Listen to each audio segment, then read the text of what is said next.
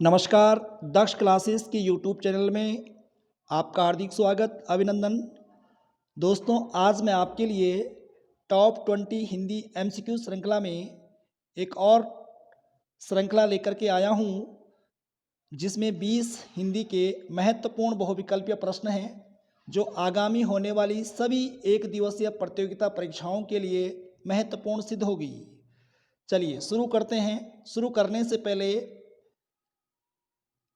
आपके लिए एक सूचना है कि यदि आप इस एमसीक्यू श्रृंखला में यानी 20 हिंदी के बहुविकल्पीय प्रश्नों में से 16 प्रश्न ले आते हैं तो आपकी तैयारी हिंदी में ठीक है, अन्यथा आपको ठीक से देखने की आवश्यकता है। समय रहते हुए अपने आप को संभालिए। चलिए, पहला प्रश्न आपकी झोली में। प्रश्न है, मुंशी प्रेमचंद को प्रेमचंद नाम किसके द्वारा दिया गया? 4 विकल्प आपके सामने हैं। पहला विकल्प है स्वामी दयानंद सरस्वती, दूसरा स्वामी विवेकानंद, और तीसरा स्वामी दयानारायण निगम, और चौथा इनमें से कोई नहीं। बहुत शानदार प्रश्न है।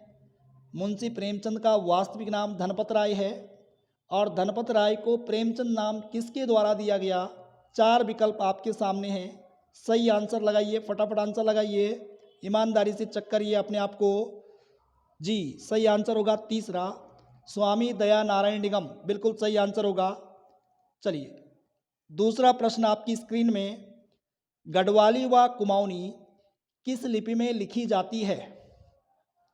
पहला विकल्प हिंदी लिपि, दूसरा है संस्कृत निष्ठ लिपि, तीसरा है देवनागरी लिपि, और चौथा है उपरोक्त सभी। लगाइए, फटाफट आंसर लगाइए। बहुत सिंपल सा प्रश्न है। जी, सही आंसर होगा देवनागरी लिपि। देवनागरी लिपि बिल्कुल सही आंसर है। गढ़वाली और कुमाऊनी किस लिपि में लिखी जाती है? देवनागरी लिपि में। चलिए, तीसरे प्रश्न की ओर चलते हैं। निम्न में से कौन सी हिंदी की उपभाषा नहीं है? पहला विकल्प है राजस्थानी, दूसरा बिहारी, तीसरा गुजराती, और चौथा पहाड़ी। लगाइए सही आंसर फटाफट। जी, आंसर होगा तीसरा, गुजराती। गुजराती हिंदी की उपभाषा नहीं है। हिंदी की 5 उपभाषाएं हैं, और इन 5 उपभाषाओं में से एक पूर्वी हिंदी है, दूसरी पश्चिमी हिंदी है, एक राजस्थानी है, एक बिहारी है, और एक पहाड़ी है। तो कुल मिलाकर के हिंदी की 5 उपभाषाएं हैं और 18 बोलियां हैं, लेकिन सर्वमान्य बोलियों की संख्या कितनी है? 17 है। तो यहाँ पर क्वेश्चन था कि हिंदी की उपभाषाएं निम्न में से कौन हिंदी की उपभाषा नहीं है? तो सही आंसर होगा तीसरा, गुजराती। चलिए, अगले प्रश्न की ओर चलते हैं। चौथा प्रश्न आपकी स्क्रीन में। कई बार परीक्षाओं में देखने को मिला है। अनवीक्षा का संधि विच्छेद है। पहला अनधन वीक्षा, दूसरा अनुधन इच्छा, और तीसरा अनधन वीक्षा, और चौथा अनोधन इच्छा। लगाइए सही आंसर लगाइए। जी, सही आंसर होगा दूसरा, अनुधन इच्छा। इसमें यण संधि का नियम लगता है। यण संधि का नियम बोलता है कि यदि ई, उ और री के बाद, यदि ई, उ और री के बाद कोई विजातीय स्वर आता है तो ई का या बन जाता है, उ का वा बन जाता है, और री का रा बन जाता है। तो यहाँ पर अनु में जो उ आ रखा है उसका वा बन जाता है। अनुधन इच्छा बराबर अनवीक्षा।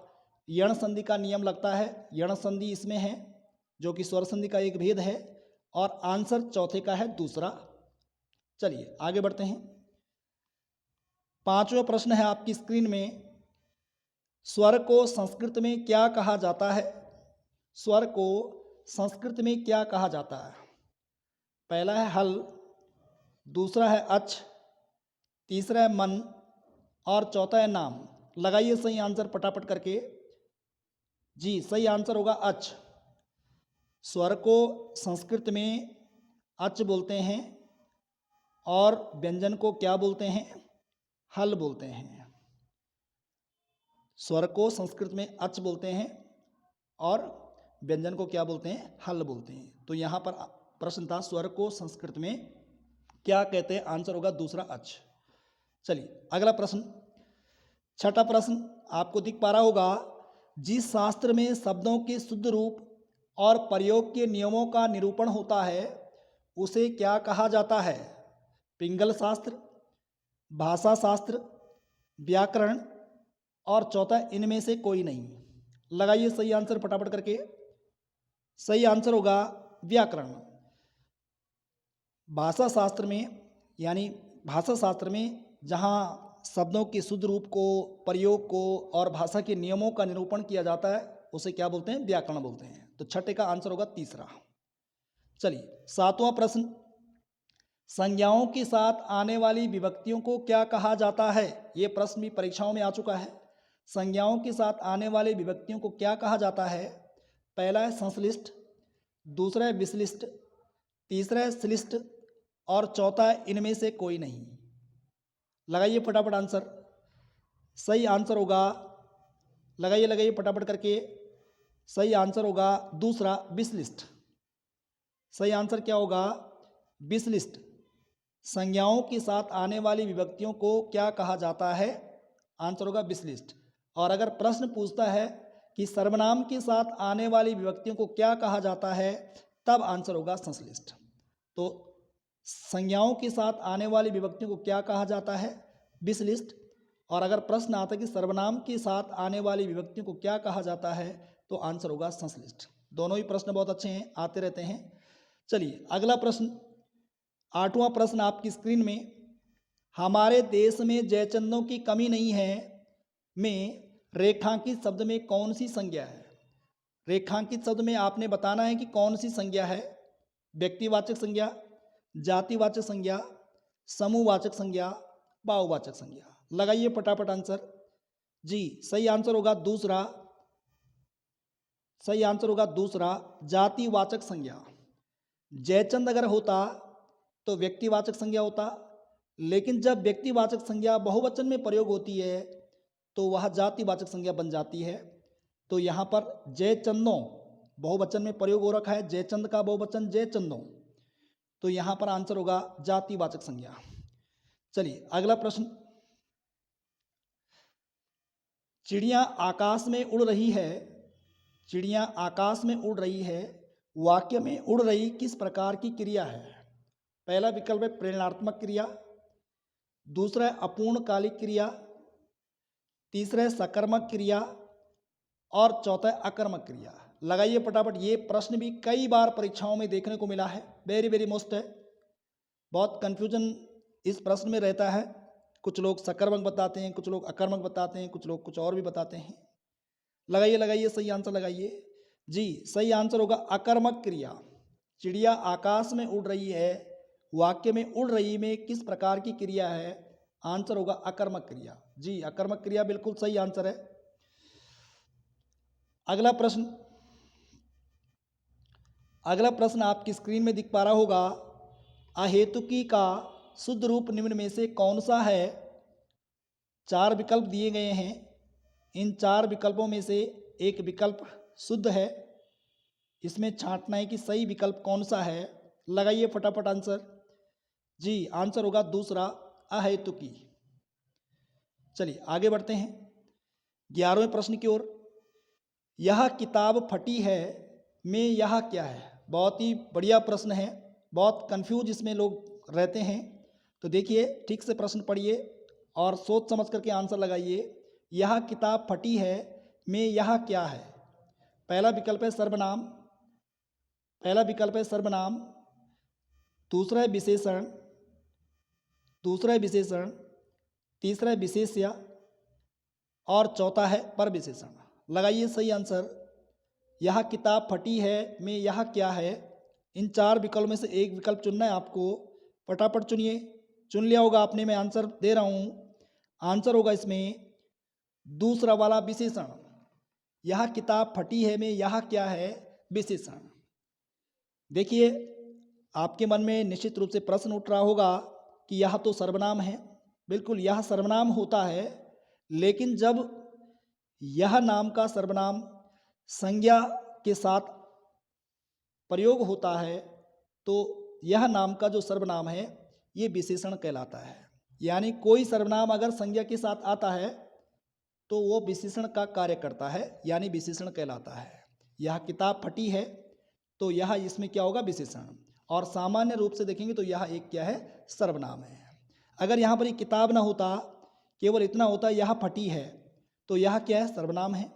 लेकिन यह किताब फटी है, किताब के साथ, किताब क्या है, एक संज्ञा है, और संज्ञा के साथ यह सर्वनाम प्रयोग हो रखा है तो यहाँ पर यह क्या होगा, विशेषण होगा।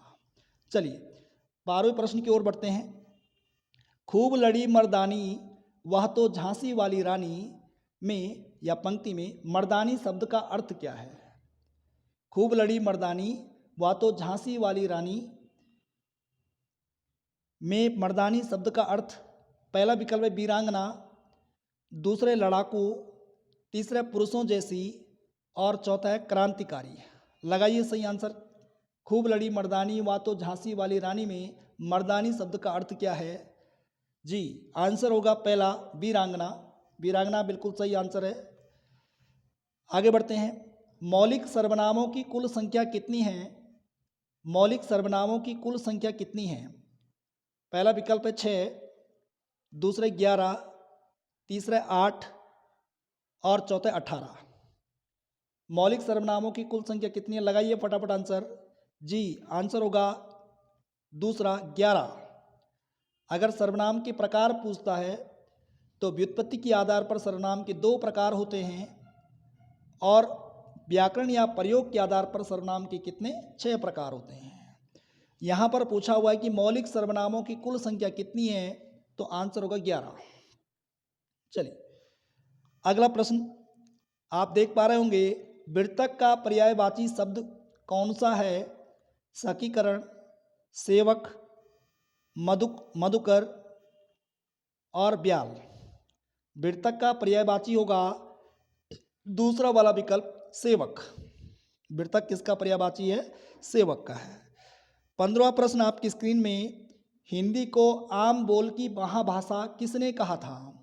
निम्न विकल्पों में से चुनना है आपको कि हिंदी को आम बोल की महाभाषा किसने कहा। पहला है धीरेन्द्र वर्मा, दूसरा है फ्रेडरिक पिनकॉट, तीसरा है जॉर्ज अब्राहम ग्रियर्सन, और चौथा है राहुल सांकृत्यायन। हिंदी को आम बोल की महाभाषा किसने कहा। सही आंसर होगा तीसरा, जॉर्ज अब्राहम ग्रियर्सन। ग्रियर्सन ने हिंदी को आम बोल की महाभाषा कहा है। 16वां प्रश्न, विश्व हिंदी दिवस प्रतिवर्ष 10 जनवरी को मनाया जाता है, किंतु यह पहली बार कब मनाया गया था। बहुत बढ़िया शानदार प्रश्न है। विश्व हिंदी दिवस सबको पता है कि 10 जनवरी को मनाया जाता है, लेकिन पहली बार विश्व हिंदी दिवस कब मनाया गया था। पहला विकल्प है आपके सामने 10 जनवरी 1975, दूसरा है 10 जनवरी 1976, तीसरा है 10 जनवरी 1996 और चौथा विकल्प है 10 जनवरी 2006। इसका सही आंसर होगा, लगाइए क्या लगता है आपको, फटाफट लगाइए आंसर जी। सही आंसर होगा 10 जनवरी 2006 को विश्व हिंदी दिवस या अंतर्राष्ट्रीय हिंदी दिवस पहली बार मनाया गया था। और 10 जनवरी को इसलिए विश्व हिंदी दिवस मनाया जाता है क्योंकि 10 जनवरी 1975 को पहली बार पूरी विश्व का ध्यान आकर्षित करने के लिए नागपुर नामक शहर में महाराष्ट्र में प्रथम विश्व हिंदी सम्मेलन का आयोजन किया गया था। उसी याद में 10 जनवरी को अंतर्राष्ट्रीय हिंदी दिवस मनाया जाता है। लेकिन पहली बार विश्व हिंदी दिवस या अंतर्राष्ट्रीय हिंदी दिवस कब मनाया गया था, तो आंसर होगा 10 जनवरी 2006 को। चलिए, और अगर ये प्रश्न पूछा जाए कि राष्ट्रीय हिंदी दिवस कब मनाया जाता है, तो सभी को पता है कब, 14 सितंबर को। और राष्ट्रीय हिंदी दिवस पहली बार कब मनाया गया था, तो ध्यान रखना है 14 सितंबर 1953 को। राष्ट्रीय हिंदी दिवस पहली बार कब मनाया गया था, 10 जनवरी। राष्ट्रीय हिंदी दिवस पहली बार मनाया गया था 14 सितंबर 1953 को, और विश्व हिंदी दिवस पहली बार कब मनाया गया था, 10 जनवरी 2006 को। चलिए अगला प्रश्न, गौरव में कौन सा प्रत्यय है? ये प्रश्न भी बहुत टफ प्रश्नों में से एक प्रश्न है। गौरव में कौन सा प्रत्यय है?